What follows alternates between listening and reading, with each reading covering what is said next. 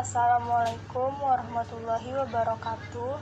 Saya perwakilan dari kelompok 1 yang beranggotakan Cita Mahlia Heldias, Nafasya Putri Salsabila, Risa Moren, dan Selomita Wulandari akan mempresentasikan materi mengenai pencatatan persediaan. Sebelum mengetahui lebih lanjut mengenai pencatatan persediaan, ada baiknya kita mengetahui pengertian persediaan terlebih dahulu. Apa sih persediaan itu? Persediaan adalah pos-pos aktiva yang dimiliki oleh perusahaan untuk dijual dalam proses operasi bisnis normal, atau barang yang akan digunakan atau dikonsumsi dalam membuat barang yang akan dijual. Contoh kategori persediaan misalnya ada mesin, perabot dan peralatan, kendaraan, komputer, perangkat elektronik, dan masih banyak yang lainnya.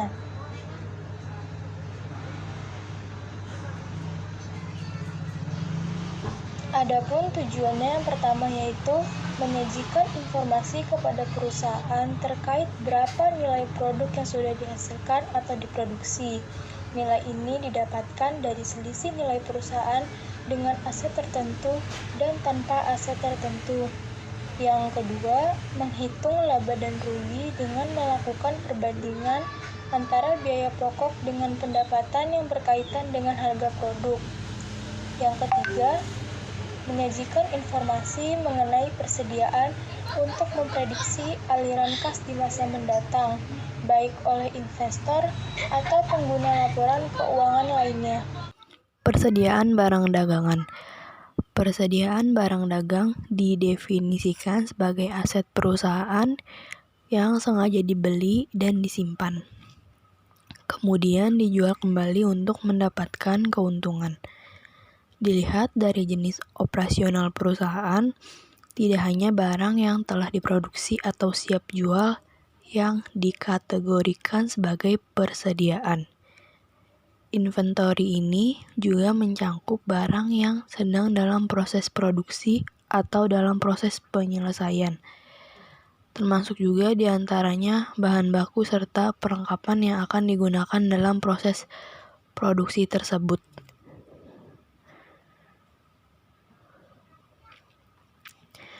Metode penentuan kuantitas persediaan ada 2 cara, yaitu yang pertama, metode pencatatan periodik. Metode pencatatan periodik merupakan metode pencatatan yang sederhana dan mudah untuk dilakukan. Dalam metode ini, pencatatan atas pembelian dan penjualan dibedakan satu sama lain. Pencatatan atas pembelian akan dicatat dengan mendebit akun pembelian dan mengkredit akun kas atau utang. Sedangkan untuk pencatatan atas penjualan akan dicatat dengan mendebit akun kas atau piutang dan mengkredit akun penjualan. Yang kedua, metode pencatatan perpetual. Metode pencatatan perpetual merupakan metode di mana pencatatan dilakukan setiap waktu secara terus-menerus berdasarkan transaksi pemasukan dan pengeluaran persediaan barang serta retur atas pembelian barang yang dilakukan oleh sebuah perusahaan. Metode pencatatan perpetual disebut juga sebagai metode buku, yaitu di mana setiap persediaan barang masuk dan keluar selalu dicatat dalam pembukuan. Sistem pencatatan persediaan. Yang pertama, perpetual. Dalam sistem catatan perpetual ini akan menyajikan catatan setiap kali terjadi mutasi persediaan seperti pembelian, penjualan, atau mencatat adanya retur pembelian barang dagang. Yang kedua, sistem pencatatan persediaan periodik. Sistem ini akan mencatat setiap terjadinya transaksi jenis mutasi pembelian ke dalam akun pembelian yang merupakan akun sementara dan harus dilakukan pengecekan fisik terhadap persediaan di akhir periode atau biasa kita sebut dengan istilah stok opname. Perbedaan sistem periodik dan sistem perpetual. Penggunaan buku pembantu. Kalau sistem periodik tidak ada, hanya catatan. Kalau sistem perpetual menggunakan kartu persediaan barang dagang. Pencatatan transaksi. Sistem periodik hanya pada saat pembelian barang dagang saja, sedangkan sistem perpetual pada saat pembelian dan penjualan barang dagang. Nama akun atau perkiraan pada saat pembelian. Sistem periodik pembelian saja, sistem perpetual persediaan barang dagang. Penyesuaian akhir periode. Melakukan penyesuaian akhir periode dengan menutup persediaan barang dagang awal dan mencatat persediaan barang dagang akhir hasil perhitungan fisik. Kalau sistem perpetual tidak melakukan jurnal penyesuaian pada akhir periode. Di sini ada contoh soal transaksi perusahaan yang pencatatan persediaannya menggunakan sistem periodik. Jadi, PD Dipasena merupakan perusahaan dagang yang menggunakan sistem pencatatan persediaan periodik. Persediaan awal barang dagangnya sebesar 2 juta rupiah. Berikut transaksi bulan Oktober 2015-nya. Di sini yang pertama ada pada tanggal 2 Oktober, perusahaan membeli barang dagang dari PD Jaya dengan jumlah 3 juta rupiah dengan syarat pembayaran atau termin 2/10 N/30 dan terdapat beban angkut sebesar Rp200.000. Maka jurnalnya di sesi debit atau debit diisi keterangannya pembelian sebesar 3 juta rupiah dan juga beban angkut pembelian sebesar Rp200.000. Sedangkan di sisi kredit terdapat utang dagang sebesar Rp3.200.000 dengan nomor referensi masing-masing 11500, 51200, dan 21100. Di nomor 2 ada pada tanggal 5 Oktober, perusahaan membeli barang dagang dari PD Sejahtera sebesar 5 juta rupiah dengan syarat pembayaran atau termin 2/10 N/30. Untuk pembelian kali ini tidak terdapat beban angkut, jadi tidak diberi beban angkut pembeliannya pada sisi debit, jadi langsung pembelian sebesar 5 juta rupiah pada sisi debit dan utang dagang sebesar 5 juta rupiah pada sisi kredit dengan masing-masing nomor ref 11500 dan 21100. Selanjutnya ada pada tanggal 6 Oktober, perusahaan mengembalikan barang dagang yang dibelinya dari PD Sejahtera pada tanggal 5 Oktober lalu atau kemarinnya karena rusak sebesar Rp500.000. Dan jurnalnya yaitu ada utang dagang sebesar Rp500.000 di sisi debit dengan nomor ref 21100 dan juga retur pembelian sebesar Rp500.000 di sisi kredit dengan nomor ref 11500. Dan terakhir ada pada tanggal 10 Oktober, perusahaan menjual barang dagang pada PD Ceria sebesar 6 juta rupiah dengan syarat pembayaran atau termin 2/10 N/30 dan beban angkut sebesar Rp200.000. Di sini perusahaan menjual barang. Jadi untuk sisi debitnya terdapat piutang dagang dan juga beban angkut penjualannya.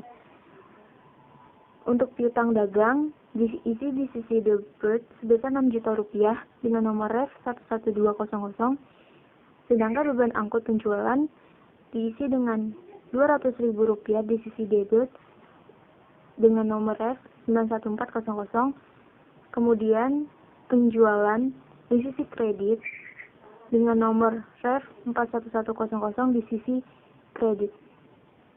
Selanjutnya ada contoh soal dari PD Abadi yang melakukan pencatatan persediaan barang menggunakan sistem perpetual. Berikut ini transaksi PD Abadi selama bulan Juli 2015-nya. Yang pertama ada pada tanggal 2 Juli, perusahaan membeli sejumlah barang dari PD Jaya sebesar 3 juta rupiah dengan syarat pembayaran atau termin 2/10 N/30 dan beban angkut sebesar Rp200.000. Maka jurnalnya dalam sistem perpetual ini terdapat persediaan barang dagang dengan nomor ref 11500 dan nominal 3 juta rupiah di sisi debit, juga beban angkut pembelian dengan nomor ref 51200 sebesar Rp200.000 di sisi debit terhadap utang dagang dengan nominal Rp3.200.000 dengan nomor ref 21100 di sisi kredit.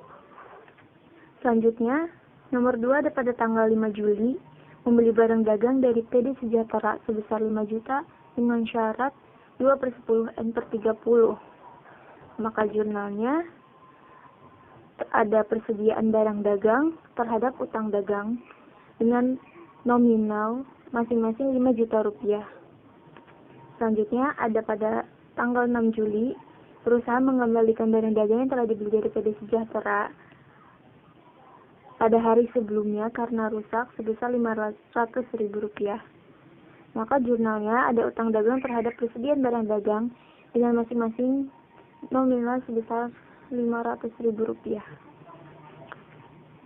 Dan yang terakhir ada pada tanggal 10 Juli, perusahaan menjual barang dagang pada PD Ceria sebesar 6 juta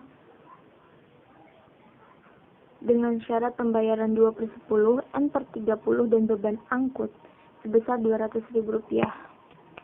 Maka penjurnalannya di sini